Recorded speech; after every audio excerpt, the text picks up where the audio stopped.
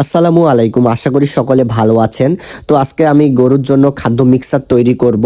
অনেক দিন থেকে তৈরি করতে চাচ্ছি, তবে ব্যস্ততার জন্য আমি তৈরি করতে পারতেছি না। তো এখানে মোট প্রায় আপনার 12টা পদের মতো আছে।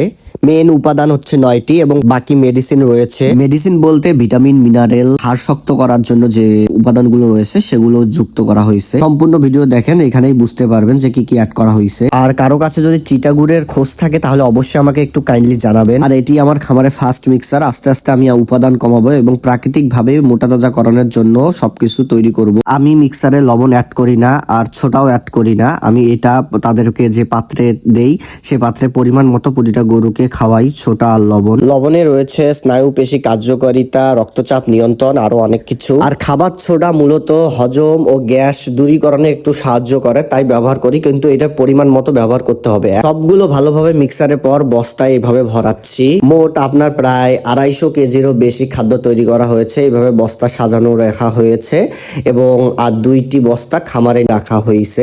তো সকলে আমার জন্য দোয়া রাখবেন, সকলে সুস্থ থাকবেন। আসসালামু আলাইকুম।